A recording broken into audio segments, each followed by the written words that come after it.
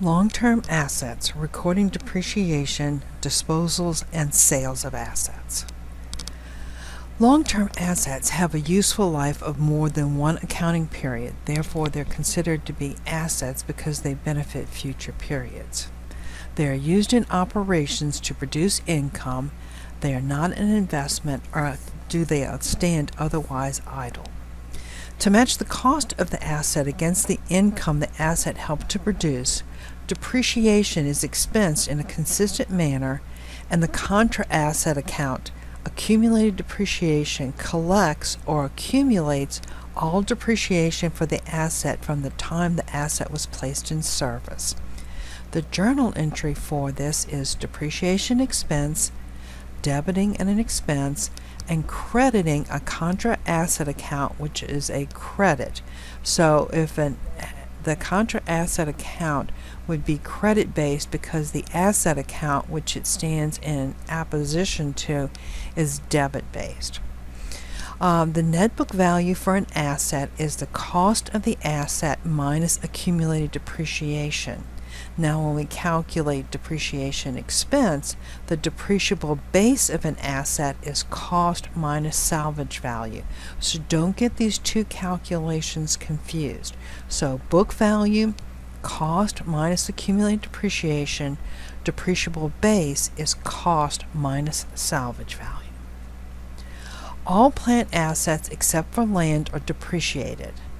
Acquisition costs are separated from the cost of any land improvements when someone purchases land. The land acquisition costs include removal of any structures, less any salvage, to prepare the land for use. Land improvements, unlike land, are depreciated, include such items as parking lots, fences, signs, shrubs, and lighting systems. So these will depreciate over time or be used up over time. However, land is considered to appreciate, not depreciate, but appreciate. It will increase in value. When considering what expenditure should become part of an asset cost, consider what is normal and reasonable and necessary to prepare the plant asset for its intended use. So the criteria is anything that is normal, reasonable, and necessary. Let's look at calculating depreciation. Depreciation is the process of allocating the cost of the plant asset to expense in the accounting periods benefiting from its use. The factors we want to consider in computing depreciation are, number one, the cost of the asset, the historical cost of the asset, any salvage value associated with the asset, and the useful life of the asset. So cost minus salvage equals our depreciable base.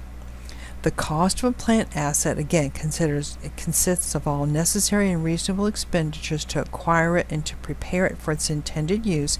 So not only are we spending money to acquire the asset, but we may have to spend additional monies to prepare it for its intended use. Salvage value is an estimate of the asset's value at the end of its benefit period, and it can be done by looking at comparable assets. If it were a car, you would look at Kelley Blue Book. Some assets you can look at Craigslist to get a value of the assets, or eBay, something along those lines of when it's, let's say, for example, if you tend to use it for 5 years, then you'd be looking at something that was 5 years in use. The useful life of a plant asset is the length of time it is productively used in the company's operations. So if you buy a machine and you only intend to use it for 5 years, then that is the amount of time over which you depreciate it. Not if it will last 20 years. So you depreciate it over the length of the time it will be productively used in the company's operations. We will learn about two methods, the straight line method, which is the most commonly used, and the units of production method. So let's look at an example. We have a truck that we're purchasing. This is the cost of the truck. This is our estimated salvage value.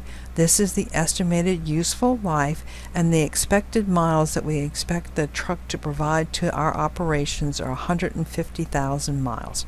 The expected miles will be applicable when we use the units of production method. So let's look at straight line depreciation.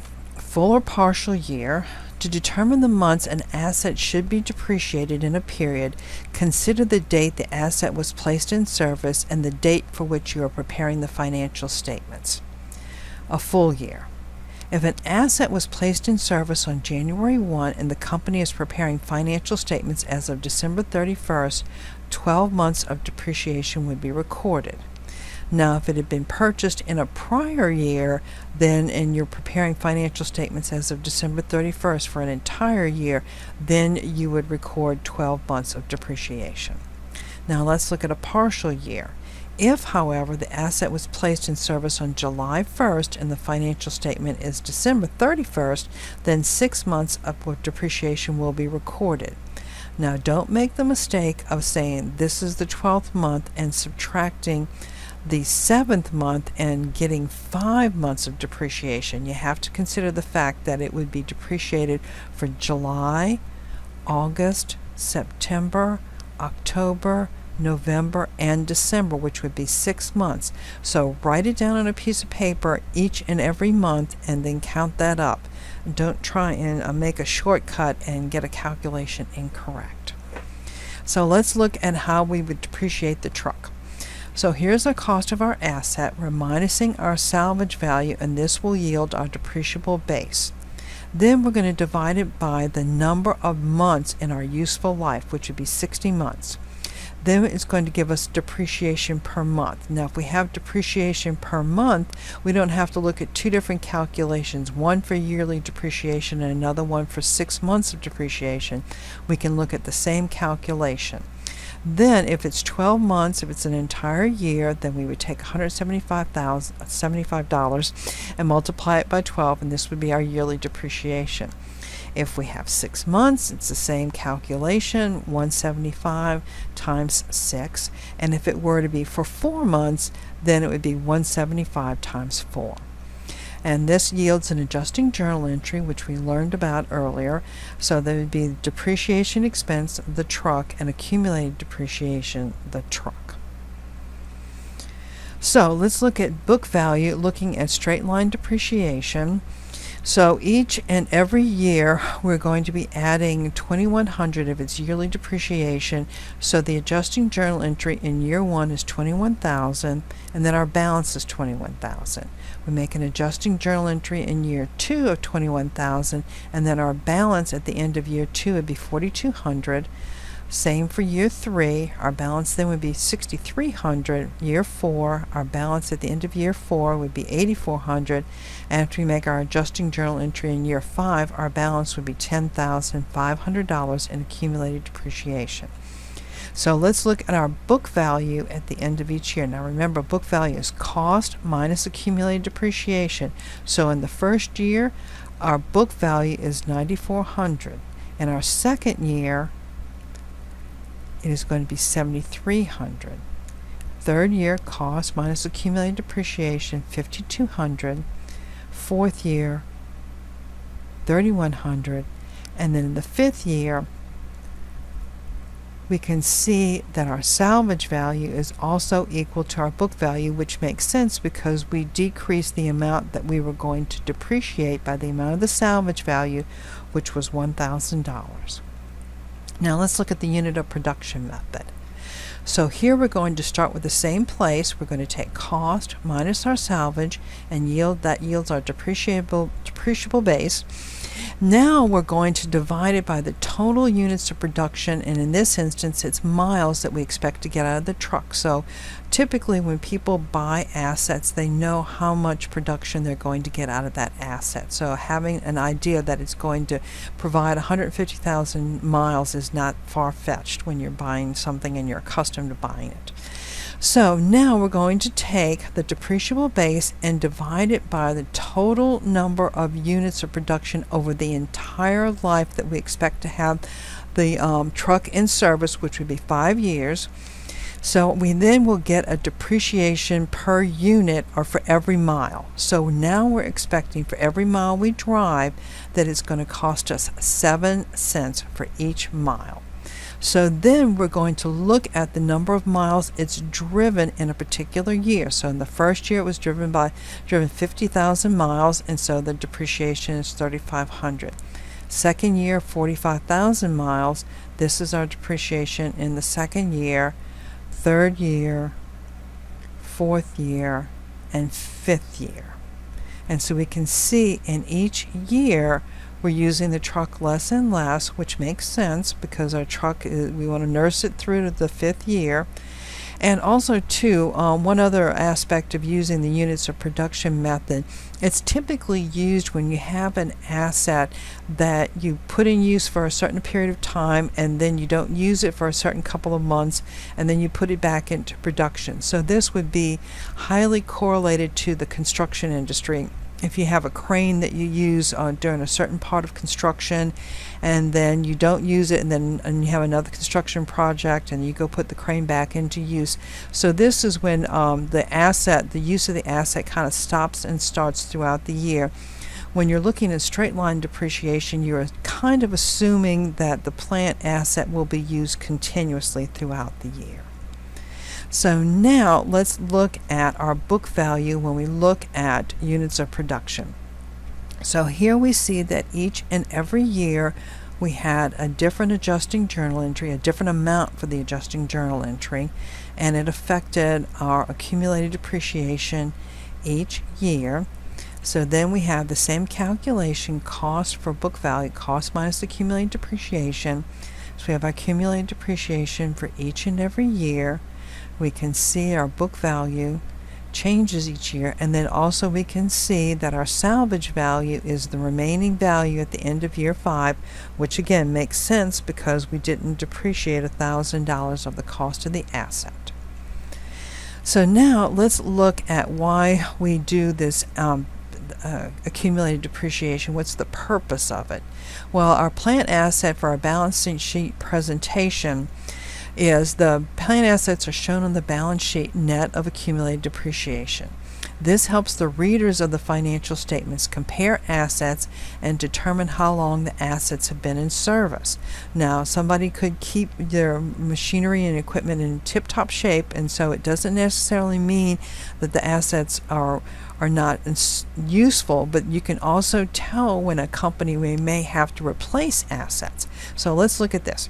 So one company has property, plant, and equipment in the amount of $50,000 less accumulated depreciation of $25,000. So its book value or net property, plant, and equipment is $25,000.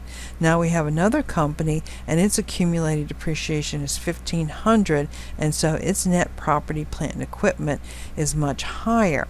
So this company has newer assets in place. So if you were choosing between these two companies and this is the only difference, you may want to consider, and you would either buy stock for either one of these companies, you may consider this one because the assets are newer. So now let's talk about when we dispose of an asset or we sell it. Plant assets can be sold or discarded. So you can just put it out in the street and discard it, throw it away, or you can sell it. So let's first look at disposals. There can only be a loss on a disposal. So anytime you throw away an asset, there's only a loss that can be found on a disposal. So how do we prepare a journal entry to record the the asset disposal? Well, the first thing we want to do is credit the asset based upon the general ledger amount, which will be its historical cost. So you can see that we've never touched the value of an asset since we put it on the books initially, and it would be debit based. So if you credit it, you're going to be zeroing out that asset because you no longer have it. It is zeroed out and will be removed from the accounting records. Next, we have accumulated depreciation associated with the asset, and it is credit-based. So if we debit it for the general ledger amount that it presently is, then we'll be zeroing out accumulated depreciation, and that makes sense because we're getting rid of the asset, so we no longer need the accumulated depreciation on our books. So if the asset has not been fully depreciated, the difference between the cost of the asset and the depreciation will be a loss on disposal of asset for the difference. Note, there can only be a loss on an asset disposal. So let's look at two examples. First, we have an asset that's fully depreciated. So the accumulated depreciation, we're going to be debiting $5,000 and then the equipment $5,000. In this instance, there was no salvage value. Now let's look at another one where it's not fully depreciated. So we had our accumulated depreciation of $4,500. Our equipment cost was $5,000. So there's a difference between the accumulated depreciation and the equipment, and so that would be recorded as a loss on disposals. Now let's look and see what will happen when we sell an asset. Sales. Even though the general ledger accounts use the title gain or loss on disposal, if cash is involved, it is a sale, and there can be either a gain or a loss. So let's look at our journal entry steps. Credit the asset based on the general ledger amount. Right? We're getting rid of the asset. We no longer want it on our books, so we're going to be crediting it to zero it out and to relieve the books of the recording of this general ledger amount associated with the asset. Next, we want to debit the accumulated depreciation, zero it out because we no longer have the asset. Thirdly, we want to record the cash we've received, and now we want to look and see if there's a difference. If there's a difference, either debit a loss on asset disposal or credit a gain. So here we have an accounting rule we want to kind of memorize. So we debit a loss and credit a gain. So if the remainder is a debit, it's a loss. If it's a credit, it's a gain. So let's look at this. 3 examples. So it's sold for book value. Cost minus accumulated depreciation. And so our accumulated depreciation is $4,500. Our equipment is $5,000. We're selling it for $500, and so that's our book value. So equipment cost minus accumulated depreciation. We're selling it for our cost, and so our net book value. So there's no gain or loss. Now we sell it above the book value. So here we have our equipment of $5,000, our accumulated depreciation of $4,500. We received $1,000 in cash, and so now we can see that the total of our debits is $5,500. Our equipment credit, the credit for the equipment account is $5,000, so there's a difference of $500. And again, if the difference is a credit, we're going to be crediting gain on disposal. Next, let's see if we sell it below book value. Again, crediting our equipment for $5,000. Next, debiting accumulated depreciation. Then we have the cash that we received, $350. And so now we can see that we don't have enough debits to equal our credits, and so now we will have to be debiting something for $150 in order to have the journal entry balance. And it's a quick way to determine if there's a gain or a loss. And in this instance, even though there's a little spelling there, there's a loss on disposal.